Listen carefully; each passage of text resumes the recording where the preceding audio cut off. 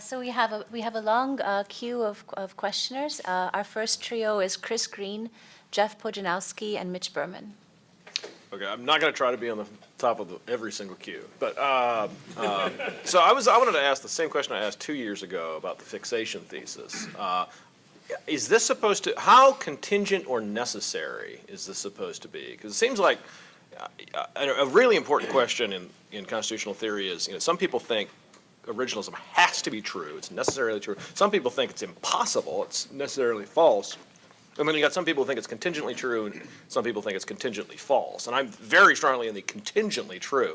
So I guess I'm wondering, what are the possible worlds where these rule of law arguments wouldn't work? Because I can imagine worlds where originalism would be way worse for the rule of law than kind of a really strong traditionalist, where the traditionalist alternative is paying a lot of attention to the past. They're fully airing all of their considerations. They're paying attention to counter arguments. But the originalist is trying to figure out a really, really murky original text with a very, very thin presumption of constitutionality, and where the best arguments that any of them can come up with is, I'm a reasonable person, they were probably reasonable, so I'm going to just do what I want. That's the argument I have that the original meaning is that, okay? So that sort of world seems like it would not promote the rule of law. So if you could just say more about the possible worlds, if there are any, where these arguments don't work. I'm curious about the impact or the implications for your normative arguments in, if we want to call it, the construction zone. The legitimacy and the rule of law. Your argument is the legitimacy considerations and the rule of law considerations both point towards fixation and constraint. They may, they may part ways once you're in the construction zone. And so the interesting about your paper is you can identify why originalists agree and then why they disagree. If you're a rule of law person, you may be more like an original methods person. If you're a legitimacy person, you may be more kind of a Thayerian in the construction zone. And I'm just curious about, this is not internal to the paper, which way you think the normative arguments point towards when constraint and fixation run out. Well, Larry, I mentioned a moment ago I didn't think I'd say anything on your paper because I don't have much to say. I like it like I like all your stuff. I really learn from it. It's clear, sets out all sorts of logical possibilities or actual possibilities in ways that I just find always so helpful to my own thinking. But I just raised my hand when you asked about the canonical cases challenge, which seems to me basically a reflective, best understood. I'm not talking about how everyone uses it. But best understood, it's just part and parcel of reflective equilibrium as you rightly described it.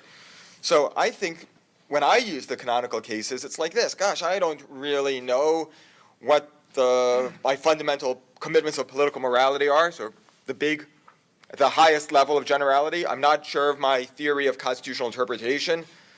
I'm not sure of my account of what it is that constitutes or give content to the law that we have.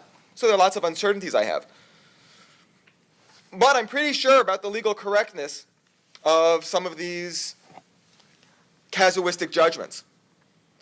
Pretty sure, but of course they're provisional fixed points, right? I could give them up. So I start by saying, Brown, the idea that it is constitutionally impermissible for the state to racially segregate the public schools. Gosh, I'm pretty sure that that's right. Just like, gosh, I'm really pretty sure it's not okay to torture kids. Even though I'm not sure whether I'm a utilitarian or a Kantian, right? But I'm pretty sure about that casuistic judgment. And to respond to Michael's defense of Brown, my view about Brown is that its truth is non-contingent upon particular facts about the late 19th century. So even though his account could be right, my thought is it's a non-contingent judgment. So I do think that that's the best use to be made of these case judgments, and it's fully consistent with your correct description of Rawls's view of reflective equilibrium. And if you have enough of them, then that gives us good reason to doubt, and then at the extreme, to reject theories of constitutional interpretation that are inconsistent with too much of our provisional judgments with respect, casuistic judgments. Yes, thank you for all of those. Let me take them in reverse order. So Mitch, two reactions to your comment, and really this is, it deserves much more extended treatment. So you made two different arguments. One was a positivist argument. You're pretty sure that Brown is legally correct. And the other was a moral argument. If Brown had come out differently, that would be like being in favor of torturing children. No, I was making an analogy. I was only making one argument. I was only talking about the legal correctness, and then I was analogizing to the moral realm. So it seems to me that if you're just talking about the legal argument, right, that Brown is sort of indubitably correct as a matter of law, that there are a whole host of questions that have not been addressed in the literature on the canonical questions objection. So the first thing is, it seems to me that legal correctness doesn't work in the same way that the intuition that torturing children is wrong works.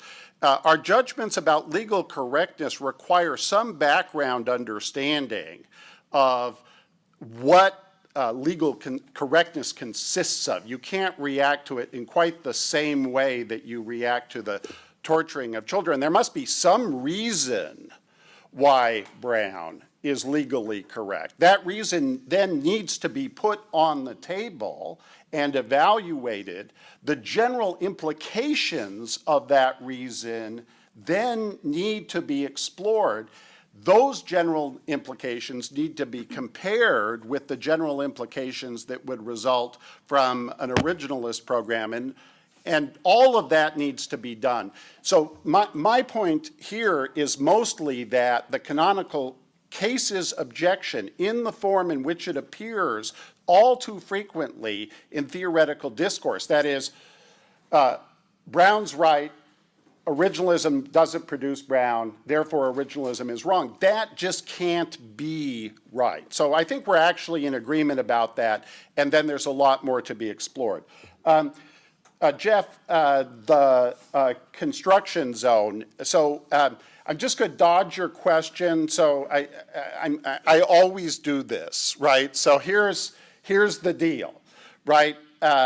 I've written about constitutional construction as a theoretical matter, but I have not advanced or formulated a theory of constitutional construction. I view that as a very difficult task. Right, a task, I mean, this paper, all told, it's like probably 2 years of work. And developing a theory of constitutional construction is at least that much work. And I don't know what a theory of constitutional construction that balances in an appropriate way the considerations raised in the rule of law cluster and the considerations raised in the legitimacy cluster would look like, right? I know that it has to be a certain kind of theory, right? So for it to be a theory that satisfies rule of law considerations, it would not be a theory that involves first-order private moral judgments on a case-by-case basis. That kind of a theory is ruled out. But whether then you have some strong theory of precedent or of original methods, or whether Thayerian deference is best, or whether a strong presumption of liberty is best, right? I just don't have a view about that yet. I just think you have to do the work. I haven't done the work, and not having done the work, I don't want to answer the question. Chris, thank you so much for this question. It's such an interesting question. In what possible worlds would originalism not best its rivals with respect to these two clusters of arguments, right? And it is certainly the case that I can imagine a possible world in which originalism would not produce the rule of law, right? We just have to make the right assumptions about the way that original meaning is actually is, and then something about the way it can be discovered, and pretty soon we've got a situation where, the Supreme Court keeps discovering new information that causes in each term the law to radically change because another secret document was discovered, and so on. And if we were in that kind of world, right, then originalism might be unattractive. So I have to say that I don't, just having said that it's a fascinating question and that there are a range of worlds in which originalism would not be justified, as there are a range of worlds in which any constitutional theory would not be justified, I'm pretty sure. It seems to me then that the focus ought to be on a limited conception of possibility. In a paper called Constitutional Possibilities, I've articulated such a theory. So this involves thinking about constraints on accessibility conditions for the possible worlds, right? And I offer in that paper a theory of sort of possibility of accessibility conditions that give us a set of possible worlds that pretty closely resemble the actual world. And I think that's the only range of possible worlds that's relevant to normative evaluations of constitutional theories. I hesitate to say more than that because I just will start spouting jargon that will be incomprehensible. So I'd like to jump in and say something will probably be incomprehensible, but for totally unjustified reasons. It has a little bit to do with comparisons of possible worlds, and it has a little bit to do with the status quo and how we should think about what the status quo is for purposes of comparing it with some alternative. Larry's view is that the status quo is one in which we have the Constitution and we've got a mishmash of judicial theories about how that Constitution should be interpreted. My own view would be we need a much richer description of the status quo. The description of the status quo would be one in which Brown against Board of Education is the law, one in which gender discrimination is widely understood as being prohibited by the Constitution, one in which Social Security is constitutionally acceptable, one in which paper money is not unconstitutional. Now, when you take the whole body of decisional law that we've got, when you take the whole body of things that people are doing in the United States, believing that they're acting pursuant to the Constitution or in accord with the Constitution in one way or another, then there is undoubtedly some element of mishmash to it. And if all you want to do is to talk about how judges debate hard constitutional cases, you bring that out. But there's a huge, huge element of stability protecting people's expectations as they've arisen over quite a long period of time that I think are basically pretty good. And so when I want to talk about comparisons with the status quo, I don't just want to say, well, let's focus on the fact that judges have different theories. I want to focus on the possibility that a whole lot else might be at risk. And when I start to imagine that a whole lot else might be at risk, and that originalism might be a theory that would put a whole lot of what I value about our current world at risk, then I don't have much difficulty imagining some possible worlds in which we would be worse off with originalism. Thank you. Our next trio, I'm sorry, I can't read your name. Thank you. And David Upham and then Jamal Green. So I was really intrigued by the thought experiment that appears in the discussion on judicial tyranny about this choice that someone might have between creating a written constitution that is framed by a certain group of people and then judges decide cases pursuant to that written constitution, or instead having a group of 9 unelected judges who just rule by decree, as you say. And you said that intuitively there's at least something to be said for the former arrangement, right? And I really didn't share that intuition. I'm kind of wondering what led you, or what you think would be preferable. So, flesh out the case a bit more. Imagine that the framers are themselves unelected. They're 9 unelected framers. And so the relevant choice is between having a written constitution that is framed by 9 unelected framers, or having rather a constitutional order that is progressively developed by 9 unelected judges. It seems to me there's nothing to be said on democratic grounds for the first arrangement. There might be something to be said on rule of law grounds, and I think that's what you were getting at. But I would think that would depend very much on the content of the legal norms that the framers could be expected to promulgate. If those legal norms were themselves, heavily standard-like, then there may not be any rule of law benefits or any significant rule of law benefits as compared to just the committee of 9 unelected judges. So I was wondering, I think that's a very interesting thought experiment, and I was wondering why exactly you thought that there was something to be said for the first arrangement as opposed to the second. I had both an objection and also a sincere question, not an objection in the form of a question. The objection is actually to the use of the word tyranny or tyrant. You said that you were speaking about it in a precise and technical sense, although you recognized there were lots of different meanings of it. And especially right after your discussion of Aristotle, I was pretty flabbergasted by that, because I would have. Aristotle, I think, is pretty clear that a tyrant is somebody who's a bad ruler because he serves himself, rather than the monarch who's, et cetera. And it's the worst form of regime altogether. And that's not tied very closely to the rule of law question. The tyrant would use the absent,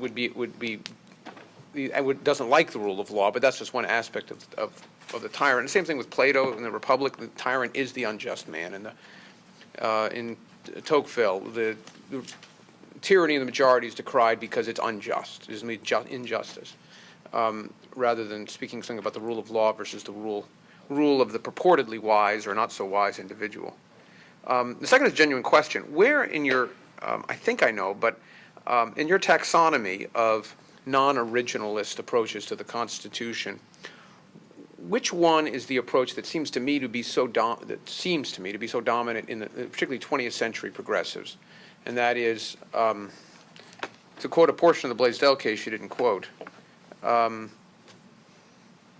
we should not insist that what the provisions of the Constitution meant to the vision, singular, of that day, it must mean to the vision of our time. And there's a lot built into that type of that claim, that there's a historical visions, and that the judges are the authentic interpreters of the temporal vision of an age. And how old ages are is an interesting question. But that comes up in Frankfurt, some of Frankfurter's opinions, et cetera, that the judge is the weigher in trying to determine historical truth. Looking at a fixed constitution, but, sorry, those are my one objection, one question. So I enjoyed this paper. And I learned a lot from it, like Dick. I wanted to offer, I guess, a suggestion or a request for clarifying the kind of decisional space in which you're operating. And here's what I mean. When we talk about the constraint principle, one might be saying that when adjudicators in constitutional cases reach decisions, they should be constrained by the original meaning of the text. You could mean that when you articulate a kind of a process of kind of demonstrative reasoning about the Constitution, that process should, one of the steps in the argument should assume the constraint principle, or that should be some condition. Or you could mean that when you write an opinion, that opinion must assume the constraint principle, which is so that all the factors that go into the kind of rhetorical reasoning that you do in opinion writing. And the reason I think you're basically operating within that second space this is the kind of ideal way to reason. If you're articulating an ideal way to reason through constitutional cases, the constraint principle should be a condition. But I think some of the theories that you talk about that as the alternative theories are either conditioned on features of those other spaces or operate entirely within those spaces.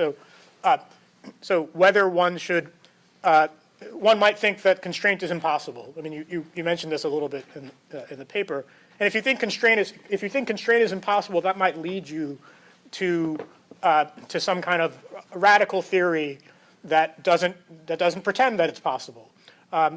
Or if you're focused on opinion writing, you might worry about a certain kind of sociological legitimacy that depends on certain canonical cases being rightly decided, or that depend on a certain kind of eclecticism appearing in the opinion, regardless of whether it's the ideal form of reasoning or regardless of whether it's actually the reasoning that you employed in reaching a decision.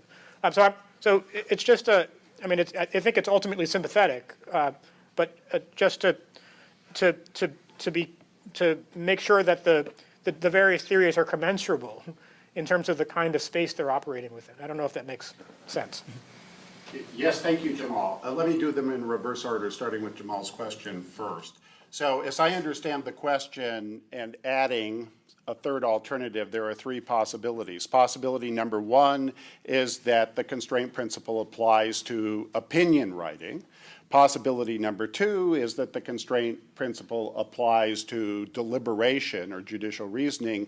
Possibility number three, which Jamal did not mention, is that the constraint principle refers to the content of constitutional doctrine and the outcome of constitutional decisions. Right, so I mean the constraint principle in the third sense, right? Now, there might be collateral implications for reasoning and then further implications for opinion writing. So I would think that if you had the constraint principle in effect and it were acknowledged as normatively obliging, then the best way to get what the principle requires would be for the principle to be a constraint on reasoning, and that the best way to make judicial opinions subject to scrutiny for compliance with the constraint principle would be to require the effect of constraint to be identified on the surface of the opinions. But I really only mean the constraint principle that I seek to articulate in the third sense in which I identified it. And I think it's very important to make sure that the alternatives in constitutional theory space that I identify to originalism that reject constraint are talking about it in the third sense. And I just will now, just to make sure, I hope they are, but if they're not, I will go through the list again, right, and try to make sure that I'm in fact comparing apples to apples, that is, theories that constrain the content of doctrine and outcomes to other theories that do that, and not comparing an opinion writing theory to a outcome constraining theory. David, so I want to just say that there are sort of two issues going on here, right? So one issue has to do with Aristotle Scholarship, right? And so the interpretation of Aristotle that I have adopted is drawn initially from Richard Kraut, a very distinguished Aristotle scholar, and my own reading of Aristotle in the Politics. And I'm certainly open to the possibility that both Kraut and I have gotten Aristotle wrong. I understand Aristotle to be saying something very different than you understand him to be saying. However, the argument is not contingent on the explication, the correctness of the explication of Aristotle. So if this is not Aristotle's conception of tyranny, then it's the Solem Kraut conception of tyranny. It has to be defended on the merits in any event. I'm making no appeal to the authority of Aristotle. I am merely trying to give credit where credit is due. If credit is not due to Aristotle, then I would be happy to embrace the concept. This would be especially nice that this was my original theory of tyranny, and that I mistakenly have attributed it to Aristotle. There might be something else going on here, which is the thing referred to in the paper as metalinguistic negotiation. That is, you and I might be engaged in metalinguistic negotiation over the concept of tyranny, and that's kind of interesting, but I'm just going to set that possibility aside. Kate, how do you pronounce your name? It's like Nathan with a K. Cathan.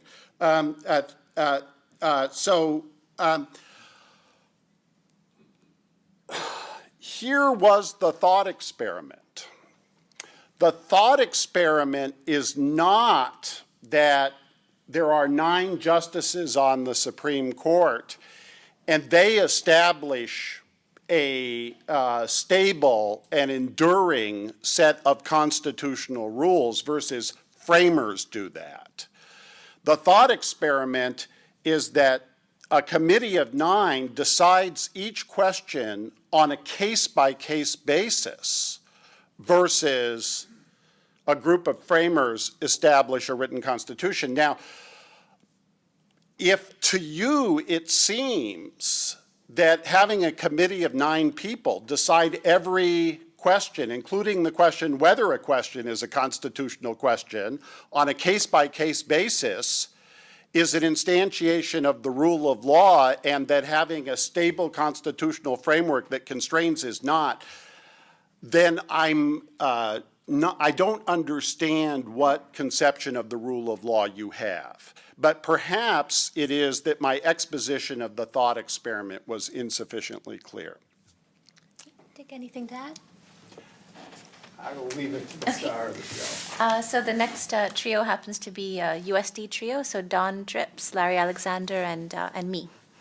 I wanted to challenge this notion of head-to-head comparisons on 2 grounds. First, in fairness, you should take the best version of originalism, including a specific version of the defeasibility criterion, and compare that head-to-head with other theories. And second, it seems to me the aim of the project is a theoretical orthodoxy. We're going to find the best theory of interpretation. Is the idea that all judges should apply the best theory of interpretation? If that's right, I have grave doubts about whether that's an achievable goal or whether we have any interest in a political system that would produce that kind of theoretical orthodoxy. And if that's the case, that we're going to live with an ecumenical theoretical population of judges, how does that, what is the advantage of these head-to-head comparisons, unless the objective is to get to theoretical ortherdoxy?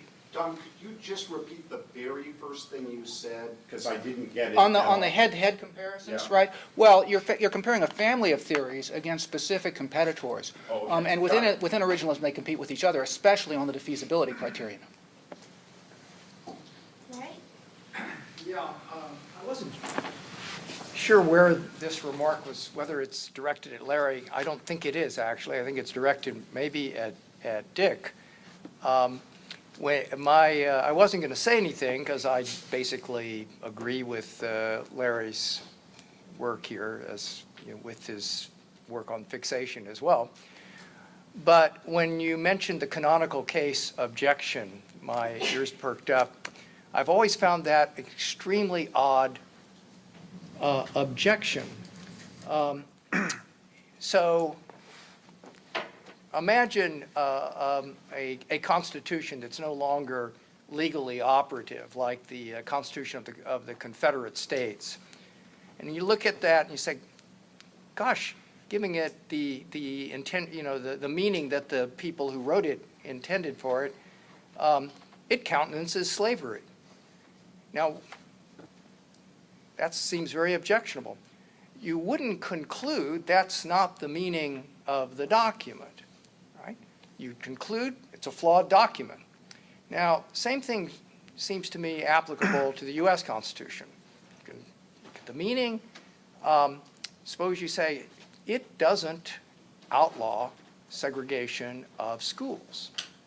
Well, you could say that's a flaw, maybe a very serious flaw. Does that, but you wouldn't say, I don't think, that that's not what it means. Now, the move at this point seems to be, and Mitch and I have had this discussion, and I haven't convinced him that his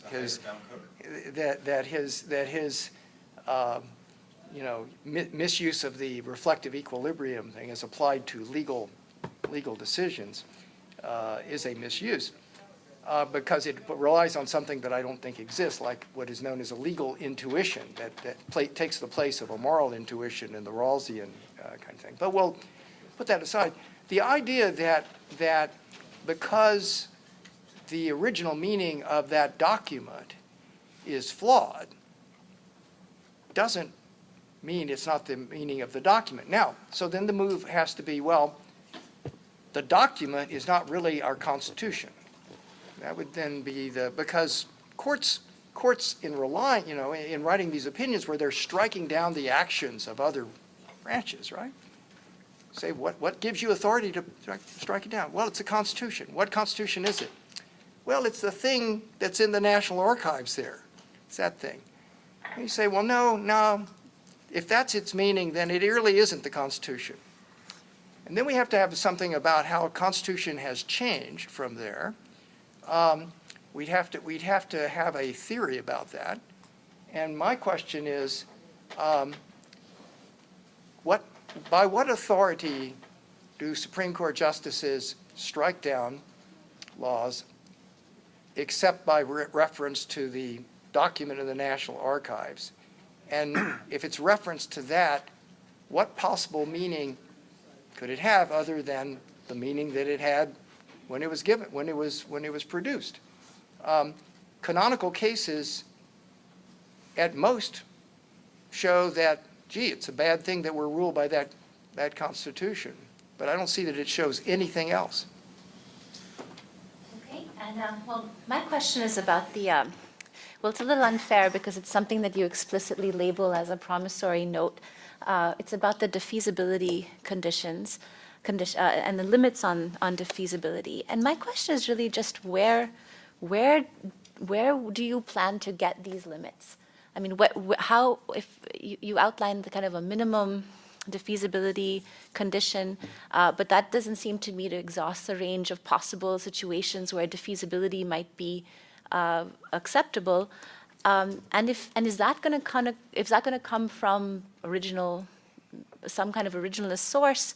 If it doesn't come from that, then it seems to me that there's this large sort of loophole in the constraint principle that's big enough to tear down all of the other benefits that you enumerate of it. I mean, there's a degradation and an erosion of publicity and stability and certainty, and there's a possibility of judicial tyranny and of politicization, and all of that turns on the precise contents of what this defeasibility condition is, and it doesn't seem really possible for, as you asked them to do, for non-originalists to respond to the constraint principle argument when there is this very large promissory note still outstanding. Okay, in reverse order. So yes, in due course, I need to offer a theory of defeasibility conditions. And in due course, there are many other things that must be done, right? If I wait until they are all done, I can't write any papers till the whole project is completed. And so it's been going on now for 9 years. I might be at the halfway point of the full project, but I just feel like I need to be able to publish papers before then.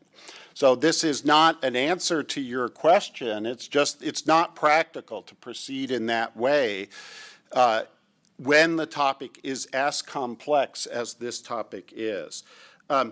I would say this, that my thinking about the feasibility conditions is very much influenced by Aristotle's account of apaiokia or equity in the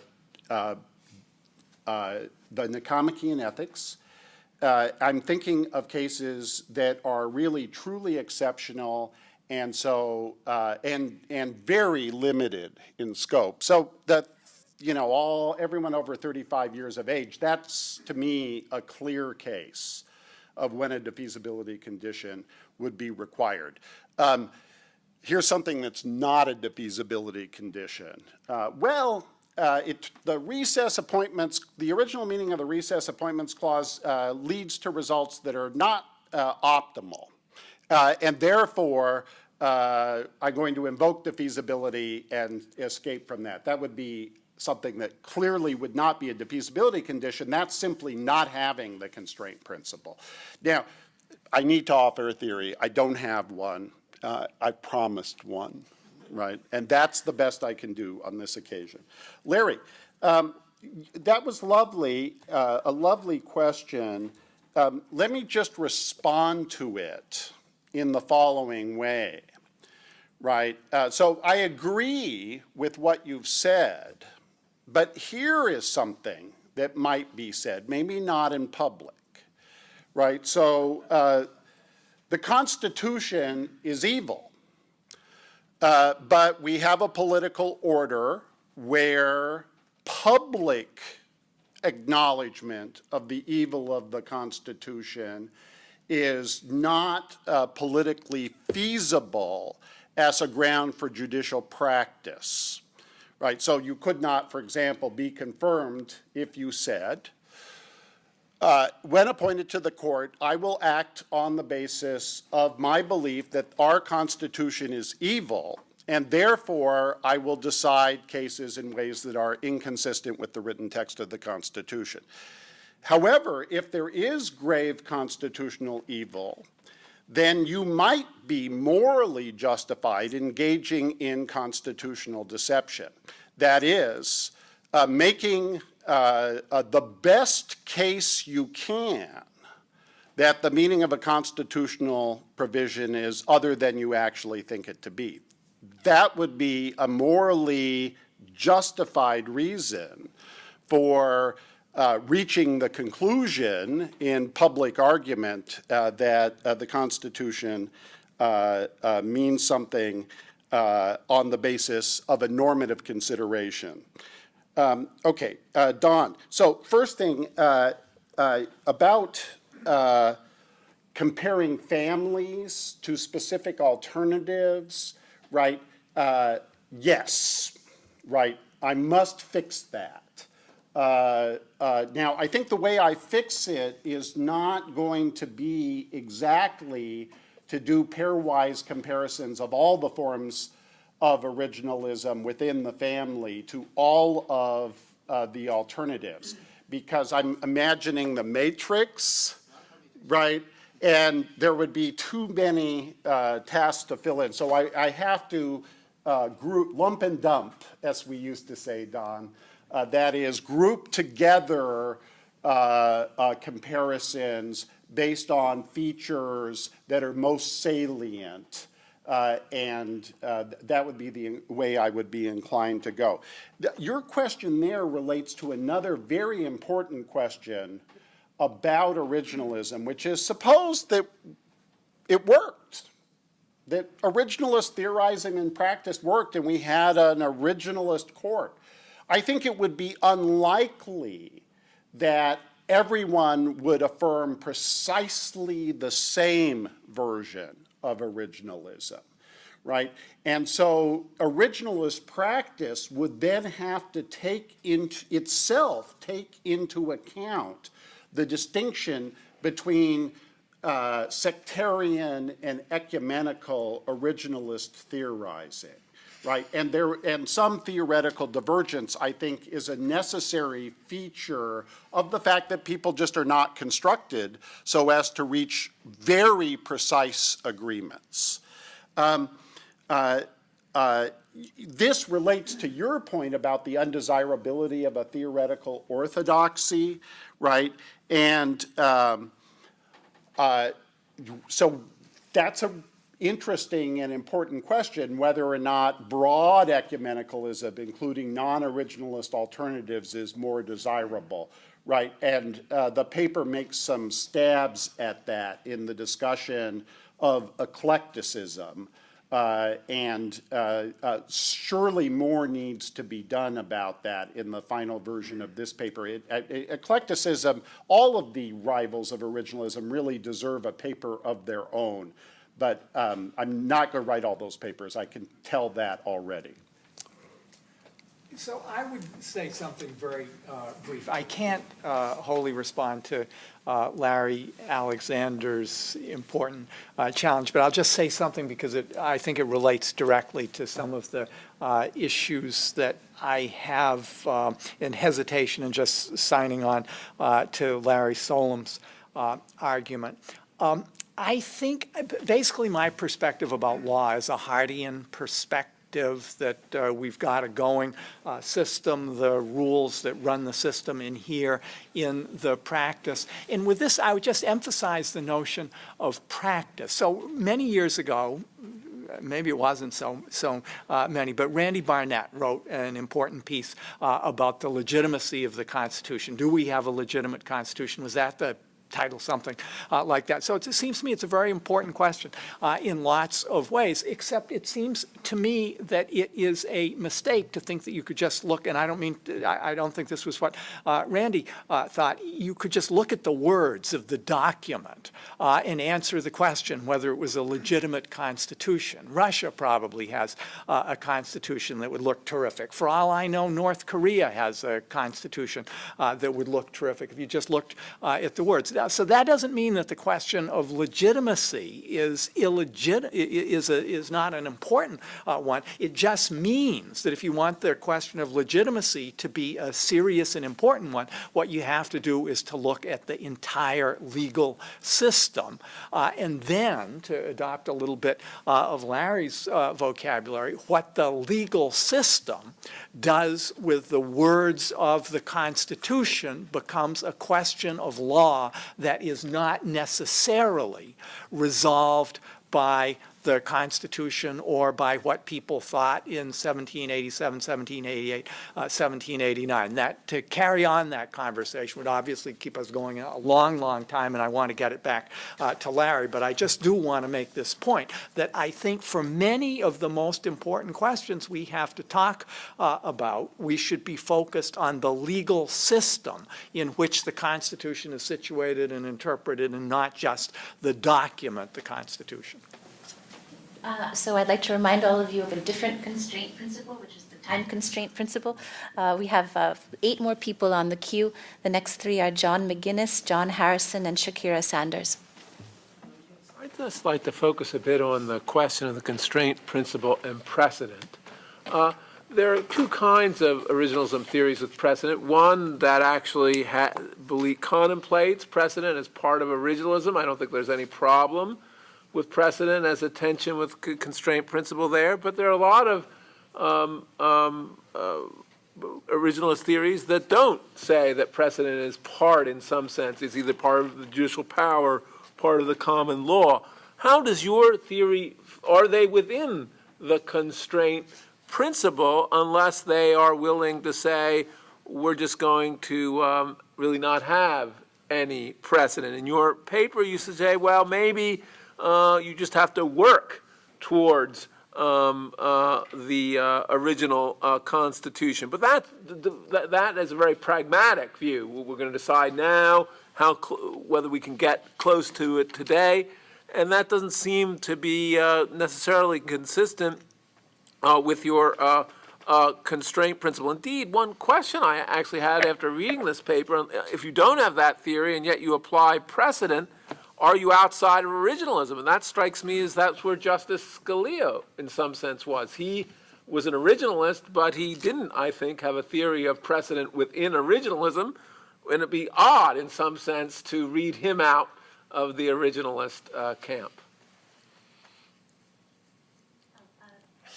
John Harrison. This is a point about pairwise comparisons with the status quo on the axis of the rule of law and stability. And the question is, what's the status quo? If the status quo is, as David Strauss says, something like the common law method, the common law is incremental except when it's not. And sometimes it moves quite suddenly. Strauss gives Brown against the board as an example of common law development, which was quite a jolt. If the status quo is a good Hardian description of the way the American political and legal system operates, then it includes the fact that if the current president replaces Justice Scalia, there will be a whole lot of jolts, and there will be major changes in the content of constitutional doctrine.